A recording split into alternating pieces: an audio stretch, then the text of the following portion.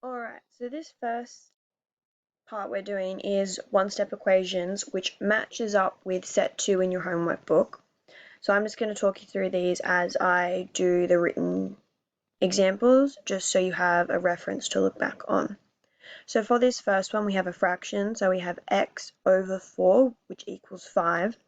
So because a fraction is a division, we're going to do the opposite to get rid of it. So we're going to go times by 4 and times by 4.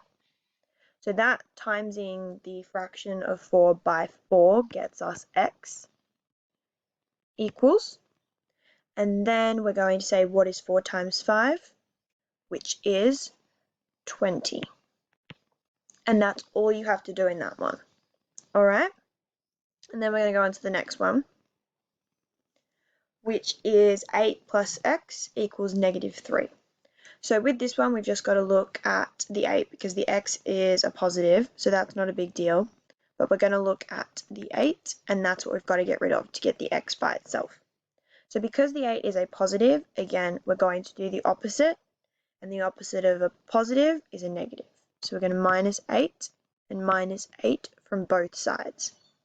So negative 3 minus 8 is negative 11, so we have x equals negative 11.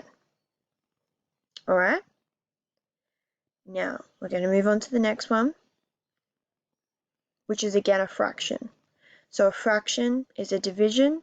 We're going to do the opposite of a division, which is a multiplication. So we're going to times by 5 and times by 5. Timesing a division of 5 by a multiplication of 5 gets us x by itself because the two 5's cancel each other out. And then a negative times a positive, so we have our negative 3 here, and we have our positive 5 here. So negative times a positive is a negative. So that's the first thing we know is we have a negative. Then we're going to look at the 5 times 3, which is obviously 15. So the answer, negative 15. Alright, this last one is one of the trickier ones solely because it has two negatives.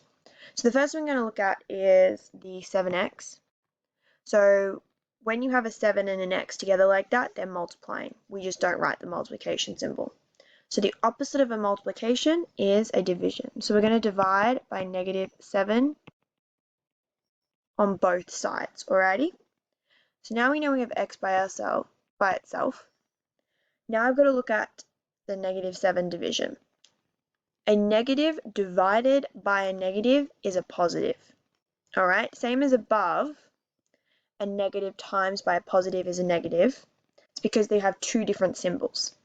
However, here we have two negatives, which makes it a positive.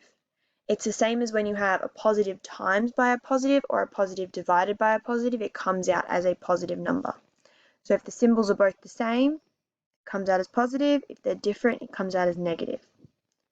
So 7 goes into 28 4 times and it's a positive, so x is going to equal positive 4.